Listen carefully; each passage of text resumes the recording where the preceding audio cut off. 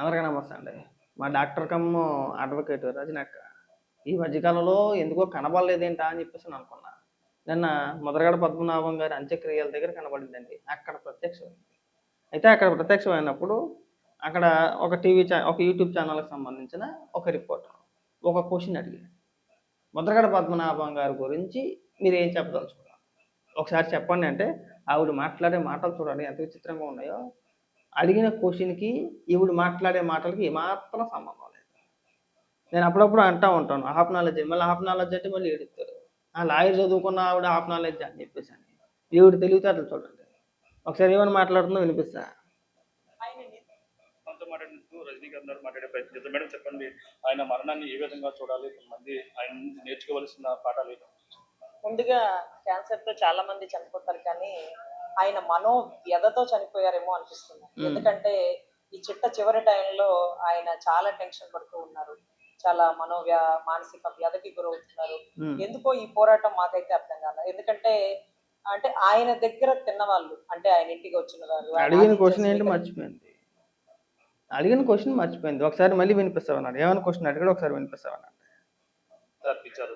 ప్రస్తుతం మనతో మాట్లాడినందుకు రజనీకాంత్ గారు మాట్లాడే ప్రయత్నం చేద్దాం. మేడం చెప్పండి, ఆయన మరణాన్ని ఏ విధంగా చూడాలి? కొంతమంది ఆయన నుంచి నేర్చుకోవాల్సిన పాఠాలు ఏంటి? ఆయన మరణాన్ని ఏ విధంగా చూడాలి? ముద్రగడ పద్మనాభం గారి దగ్గర నుంచి మనం ఏం పాఠాలు నేర్చుకోవాలి అంటే ఏమి నేర్చుకోవాలి? ఆయన చేసిన పోరాటాలు కావచ్చు, ఇంకోటి కావచ్చు, లేదంటే ఆయన వ్యక్తిత్వం గురించి కావచ్చు, మనం ఏమి నేర్చుకోవాలి? క్వశ్చన్ సింపుల్గా ఇదే. దానికి ఈవిడ చెప్పే సమాధానం వినండి. ముందుగా క్యాన్సర్ తో చాలా మంది చనిపోతారు, కానీ ఆయన వ్యధతో చనిపోయారేమో అనిపిస్తుంది. ఎందుకంటే ఈ చివరి టైంలో ఆయన చాలా టెన్షన్ పడుతూ ఉన్నారు, చాలా మానసిక వ్యధకి గురవుతున్నారు.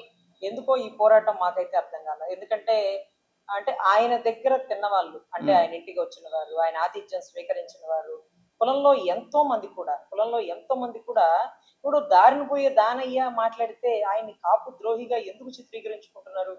కులాన్ని నెత్తినేసుకుంటే ఎవడు రాజకీయంగా ఎదగడు.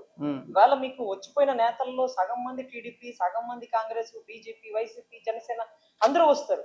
ఎందుకంటే వాళ్ళందరికీ కులం ఓటింగ్ కావాలి, వాళ్ళందరికీ కాపు నేత ఉద్యమకారుడు ముద్రగడ పద్మనాభం గారు కావాలి. కానీ ఆయా పార్టీల వారు చెప్పిన మాటలు విని ఆ మోచేతి నీళ్లు తాగుతూ ఆయన నిందించాలంటే కనీసం తిన్నింటి వాసాలు లెక్క పెట్టారంటారు చూడండి. ఆ మాదిరిగా అనిపించదు. అట్ట కాదండి. అడిగిన ప్రశ్న ఏంటి? ఆయన మరణం గురించి ఏమంటారో ఆయన గురించి మీరు ఏం చెప్పదలుచుకున్నారు? అంటే మనం నేర్చుకోవాల్సిన పాఠాలు ఏంటి? ఆయన చూసి మనం ఏం నేర్చుకోవాలి? సింపుల్ కదా. మరి దాని గురించి చెప్పడం మానేసి ఏదో పిచ్చి పట్టిన దానిలాగా ఏదేదో మాట్లాడుకుంటూ వెళ్తే ఎలాగండి? ఇప్పటి వరకు మీరు దాదాపు నిమిషన్నర పైనే మాట్లాడారు. మీరు మాట్లాడింది ఒక ముక్క అర్థమైతే ఒట్టు. అడిగిన ప్రశ్నకి మీరు చెప్పే సమాధానానికి ఎలాంటి పొంతన లేదు. పైగా మీరు అడ్వకేట్, ఇంకా చాలా ఉంది మాట్లాడండి. ఇంకా పైబడిన వ్యక్తి దేనికోసం ఎదగడం కోసం తాపత్రయపడే వయసా? సంపాదించుకున్నాడా? అసలు ఏ రాజకీయ నేతల్లో కూడా ఒక మచ్చలేని చంద్రుడు ఎక్కడన్నా కనపడతాడండి మీకు? ఒక ఎక్కడ అవినీతి మచ్చలేనటువంటి నిజంగా ఒక చంద్ర బింబం లాంటి ఈరోజు ముద్రగడ పద్మనాభం గారిని దూషిస్తుంది బయట వాళ్ళు కాదండి, కులంలో వాళ్ళు. అదే ఒక సిగ్గుమాలిన పని. మేమంటే చాలా చిన్నవాళ్ళం, ఆయన దగ్గర ఎప్పుడు వచ్చినా గానీ ఆతిథ్యం స్వీకరించి గానీ ఇవన్నీ మాకు తెలియదు. కానీ తెలిసిన వాళ్ళు ఎందుకు మూగపోతున్నారు? ఎందుకు కులద్రోహిగా చిత్రీకరిస్తున్నారు? కాపు రిజర్వేషన్ నెత్తినేసుకుని ఎందుకు పోరాటం చేసినారు? రంగా గారికి కులం లేదు అని మాట్లాడే ప్రతి ఒక్కరు పెట్టింది కాపునాడు, రంగానాడు, ఇవన్నీ మీకు తెలియదా?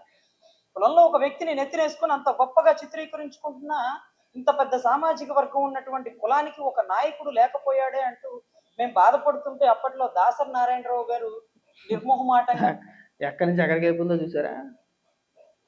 ఇంకా దాసరి నారాయణ గారి దగ్గర వరకు వెళ్ళిపోయింది. ఇంకా అడిగిన ప్రశ్న వేరే. అడిగిన ప్రశ్న ఏంటి? సింపుల్గా ముద్రగడ పద్మనాభం గారి దగ్గర నుంచి మనం నేర్చుకోవాల్సిన పాఠాలు ఏంటి? సింపుల్ చెప్పాలి. ఆయన పలానా చేసుకొచ్చాడంటే ఆయన రాజకీయ ప్రస్థానం ఇది, ఆయన వ్యక్తిగత జీవితం ఇది, ఆయన ప్రజల కోసం పోరాటాలు చేసిన సందర్భాలు ఇది, ఆయన కులానికి సంబంధించి ఈ పోరాటాలు చేశాడు, తద్వారా కులం ఈ విధంగా బాగుపడింది. అది మనం చెప్పాల్సింది. అక్కడ అది మనం చెప్పే ప్రయత్నం చేయాలి. మీరు చెప్పుకోతున్నారు కదా కాపు ఉద్యమ నేత అని చెప్పేసి అని. ఆయన కాపులకు చేసిన మేలు గురించి మనం వీలైతే ఒక 10 నిమిషాల పాటు అనర్గళంగా చెప్పే ప్రయత్నం చెయ్యాలి. ఏదో చిడతలు వాయించినట్టు ఏదో ఇది నాకు రజనీ గారు మాట్లాడుతుంటే ఎలా ఉంటుందంటే మనం చిన్నప్పుడు రోడ్డు మీద గీతలు గీసి గంతుతాం కదా, పెంకులేసి పెంకులాట అంటా ఉంటాం. సేమ్ అంతే. ఇక్కడ మాట మాట్లాడుతుంది డింగ్ మని మధ్య ఇంకొక టాపిక్లోకి వెళ్ళిపోతుంది. అక్కడి నుంచి మళ్ళీ ఇంకొక సబ్జెక్ట్ తీసుకుంటుంది. ఇలా ఎగురుతా ఉన్నట్టే ఉంటుంది నాకు అర్థం. అయితే నాకు ఈవిడ మాట్లాడుతూ ఉంటే పెంకులాట అన్నట్టే ఉంటుంది అచ్చం.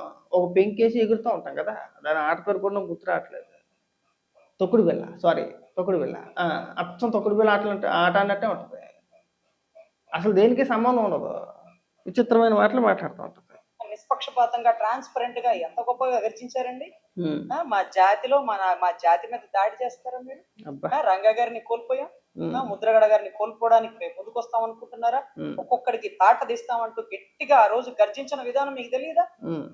ఈ రోజు అర్థం కాని పరిస్థితి ఏంటంటే ఆయన దూషించేవారు ఆయన వారి. అదే ఆశ్చర్యం.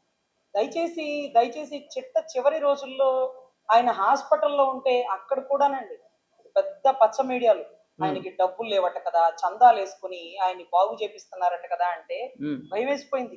నిజంగానే డబ్బులు లేవా, నిజంగానే చందాలు వేసుకుంటున్నారా కాపు నేతలు, అందుకే ఒక మీటింగ్ పెట్టుకున్నారా అని అప్పటికప్పుడు రాత్రి 7ంటికి న్యూస్ చూసి అప్పటికప్పుడు బస్ చూసుకొని మేము పరిగెట్టుకుంటూ వచ్చినాం. ఏంటి ఎక్కడికి వెళ్ళిపోయావు నువ్వు? నాకు అర్థం కాలేదు, చెప్పి ఎక్కడికి వెళ్ళిపోయావు?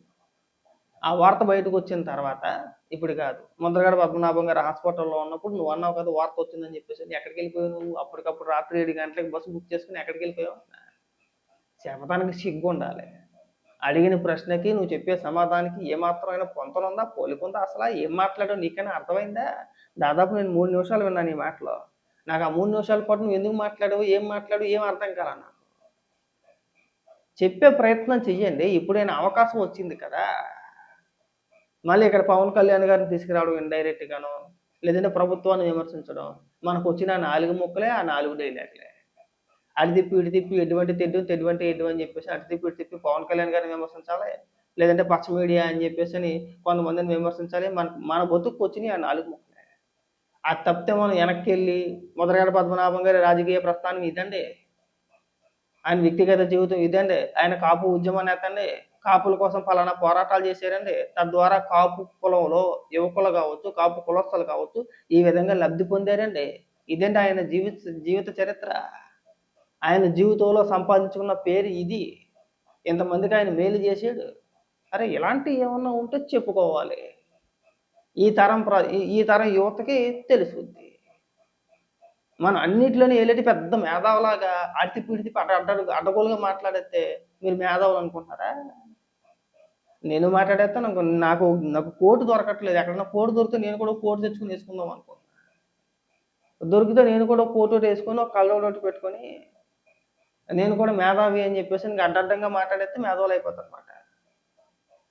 మీరు మీ చదువులు ఎందుకు చదువుకున్నారో, ఎందుకు మాట్లాడుతున్నారో ఆ భయం ఉండదు. చావుల దగ్గరికి వెళ్ళి రాజకీయాలు మాట్లాడతారు, అక్కడికి వెళ్ళి అడ్డగోలుగా విమర్శలు చేస్తారు. మీరు దేనికి తప్పితే దేనికి పని చేయరండి. నిజంగా చెప్తున్నా.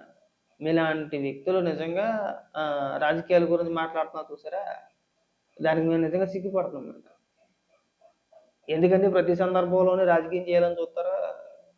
ఇలా మాట్లాడుతుందో ఒక 20 సెకండ్లు ఉందండి, వినిపిస్తామనండి. అసలు ఆయన పెట్టే చెయ్యే కానీ ఏ రోజు తీసుకునే చెయ్యి కాదమ్మా. ఆయన ఎప్పుడు చెయ్యి పైనే ఉండాలి. అది మా తాతగారి నుంచి నేను నేర్చుకున్నాను, మా నాన్నగారి నుంచి నేను నేర్చుకున్నాను అని చెప్తున్న ప్రతిసారి ఈ రోజు ఆయన ఒక భిక్షగాడిలాగా చిత్రీకరించిన పలు మీడియాలు పచ్చ మీడియాలు పెద్ద పెద్ద సామాజిక వర్గం ఎవరు చిత్రీకరించారు? ముద్రగడ పద్మనాభం గారిని ఆ స్టేజ్కి తీసుకొచ్చింది ఎవరు? నువ్వు చెప్పు ఒకసారి. ఇప్పుడు ఒకానొక సందర్భంలో ఆయన పేరు మార్చుకునే సందర్భంలో ముద్రగడ పద్మనాభం రెడ్డి. అసలు రెడ్డిగా ఎందుకు మార్చుకోవాల్సి వచ్చింది? ముద్రగడ పద్మనాభం గారు పేరు మార్చుకోవాల్సిన అవసరం ఏమొచ్చిందండి? ఎవరిని చూసి? అంటే ఎవరు అండ చూసుకొని ఆయన మాట అన్నాడో? ఆయనకు ఆ భరోసా కల్పించింది ఎవరు? జగన్మోహన్ రెడ్డి కాదా? పవన్ కళ్యాణ్ గారిని ఓడించడానికి, పవన్ కళ్యాణ్ గారిని విమర్శించడానికి కాపు కులంలో ఉన్న ఒక పెద్ద వ్యక్తిని తీసుకొచ్చి ముద్రగడ పద్మనాభం గారిని వాడుకున్నది ఎవరు? జగన్మోహన్ రెడ్డి కాదా? ముద్రగడ పద్మనాభరెడ్డి గారిని రాజకీయంగా వాడుకున్నది జగన్మోహన్ రెడ్డా కాదా? ఎవరి కోసం? పవన్ కళ్యాణ్ గారిని విమర్శించడానికి సొంత కులస్తుడు. ముద్రగడ పద్మనాభం గారి చేత విమర్శించేస్తే అయిపోద్దిలే, పిఠాపురంలో ప్రచారం చేయిందాం మనం. అలాగే ఎక్కడ ప్రచారం చేయించారండి? కేవలం పవన్ కళ్యాణ్ గారు ఎక్కడైతే పోటీ చేశారో అదే పిఠాపురం నియోజకవర్గంలో ముద్రగడ పద్మనాభం గారి చేత ప్రచారం చేయించారు. రాజకీయంగా వాడుకున్నారు. ఆయనకి అనేక రకాలుగా భరోసా కల్పించారు. ఏమీ కాదండి, మనమే వస్తాం, మీరు శపథాలు చేసేయండి, మీరు రెచ్చగొట్టేయండి పవన్ కళ్యాణ్ గారిని అని చెప్పేసి ఈయన పెద్ద పెద్ద మాటలు మాట్లాడాడు. నువ్వు గెలిస్తే నేను పేర్లు మార్చుకుంటాను, అది ఇది అని చెప్పేసి అన్నాడా లేదా? అదే జరిగింది. పవన్ కళ్యాణ్ గారు గెలిచారు అన్నమాట ప్రకారం పేరు మార్చుకున్నాడు. పేరు మార్చుకోవడం గల కారణం ఎవరు? జగన్మోహన్ రెడ్డి కాదా? ఆయన్ని రాజకీయంగా వాడుకున్నది ఎవరు? జగన్మోహన్ రెడ్డి కాదా? ప్రతి సందర్భంలోని మీరు ఒకసారి చూడండి, 2024 ఎన్నికల సందర్భంలో ముద్రగడ పద్మనాభం గారిని ప్రతిరోజు వాడారు. 2 రోజులకు ఒకసారి రోజును ప్రెస్ మీట్ పెడతానే ఉన్నాడు పాపం ఆయన. పేరు మార్చుకునే సందర్భంలో సొంత కులం పైన విమర్శలు చేయించారు. ఏమన్నాడు ఆయన? నా వెనకాతలు ఎప్పుడూ కూడా కాపు కులం నిలబడలేదు. ఆయన అన్న మాటలు మేమనట్లేదు. మరి వాళ్ళు వచ్చి ఎవడికి చెప్తున్నారండి మీరు? మీ ముద్రగడ పద్మనాభం గారిని వాడుకొని వదిలేసింది ఎవరన్నా ఉన్నారంటే జగన్మోహన్ రెడ్డి. ఒక నెల రోజుల పాటు హాస్పిటల్లో ఆయన చికిత్స తీసుకుంటూ ఉంటే కనీసం పరామర్శకి వెళ్ళాలా? ఇక్కడ ఎవరు చిత్రీకరణ చేశారండి? బిచ్చగాళ్ళగా ఎవరు చిత్రీకరించారు. ప్రశాంతంగా ఉండే ముద్రగడ పద్మనాభం గారిని ఇంటికి వెళ్ళి తీసుకొచ్చి పవన్ కళ్యాణ్ గారి పైన విమర్శలు చేయించి, పవన్ కళ్యాణ్ గారు గెలిచిన తర్వాత ఆయనకి పేరు మార్పించి, ఆయన మానసికంగా బాధపడడానికి గల కారణం ఎవరంటే జగన్మోహన్ రెడ్డి గారే. బహుశా ఆయన పేరు మార్చుకున్నందుకే ఆ విధమైన మానసిక క్షోభ అనుభవించారేమో, ఎవడో తెలుసు. ఇన్నేళ్ల జీవితంలో ఇన్నాళ్ళు నేను సంపాదించుకున్న పేరు ఈ ఒక్క క్షణంతో పోయింది. అనవసరంగా ఆ రోజు శపథం చేశాను, శపథం చేయకుండా ఉంటే బాగుండేదేమో, నాకు ఆ పేరు అలా ఉండేది అనే మనోవేదనేమో ఆయనకి, ఎవడో తెలుసు. మాట్లాడాలంటే మేము కూడా మాట్లాడవచ్చు, కానీ మీరు ఎలాగా ప్రతి సందర్భంలోని కూడా ఎవరైనా చనిపోయినప్పుడు ఇంకోటో ఇలాంటి సందర్భాల్లోని మీరు ఇలాంటి పిచ్చి రాజకీయాలు చేయడానికి ప్రయత్నించమాకండి. ప్రతిదాన్ని కులానికి అంటకట్టమాకండి. ప్రతిదాన్ని కూడా రాజకీయం చేయాలనే ప్రయత్నాలు చేయమాకండి. కనీసం వ్యక్తులు చనిపోయినప్పుడు కనీసం మీరు ఎలాగ మర్యాద దూరం అలా అని చెప్పేసి రెచ్చగొట్టే ప్రయత్నాలు కూడా చేయమాకండి. కనీసం గౌరవం అది ఉండాలి మనకి. ఇప్పుడు మీరు మాట్లాడే మాటలు అన్ని మాటలు మాట్లాడితే గతంలో ఎవడో ఒకడు ఉంటాడుగా, ఇవన్నీ ముద్రగడ పద్మనాభం గారు ఇలా మాట్లాడారు, ఈ సందర్భం ఇది, పేరు మార్చుకున్న సందర్భం ఇది అని చెప్పేసి మాట్లాడతారు. మీరు అనవసరంగా ఆయనకి విలువ లేకుండా చేస్తున్నారు. ఆయన పరువు మీరే తెస్తున్నారు. ఆయన కించపరిచి మీరే మాట్లాడుతున్నారు. ఇంకెప్పుడు కూడా ఇలాంటి పిచ్చి పిచ్చి మాటలు మాట్లాడతారు.